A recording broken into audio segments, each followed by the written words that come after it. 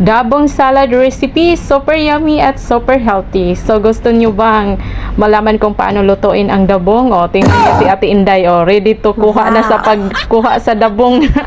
Grabe kay ka, mataan kay manguha, o, grabe kayo, o. Ingani yun ra pagkuha og dabong, guys, kung dili mo kabalo, inyong kuanon og sundang, lugoy ito ninyong mayo, na napa, o, digidok-dok ni Ate Inday sa grabe kayo sa tinde, o, nakuha na.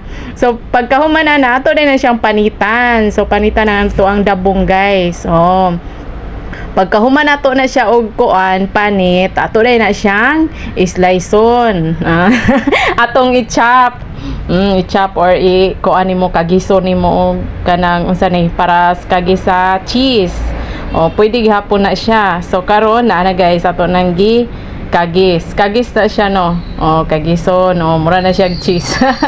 Nag-slice na, o. So, ato na po din siyang lutoon. O, naluto na siya, guys. Ato na siyang ipabukalan. So, karon naluto na siya. Ibutang na nato ang vinegar. Yes, vinegar. Para mulasa gyud siya maayo, para mulami. Dayon, asin. O, asin. Ayaw gyud kalimot sa asin. Kay mo gyud na siya makapananam sa salad nato, og punan-day nato og sibuyas og kamatis para mas lami mo. Lami man siya pero mulami gid siya og maayo. Oh, di ba? Haluon day nato para ma-mix gid siya og maayo para munanam. Oh.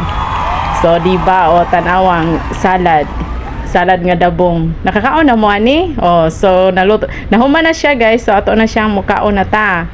Oh, di ba lami kayo? Lami kay ni, super healthy pa ni. Healthy ni siya, guys. Oh, dako kay tag benepisyo nga makuhaan ni sa atong lawas. Ang mga toxin, mga wala gyud. Thank you for watching.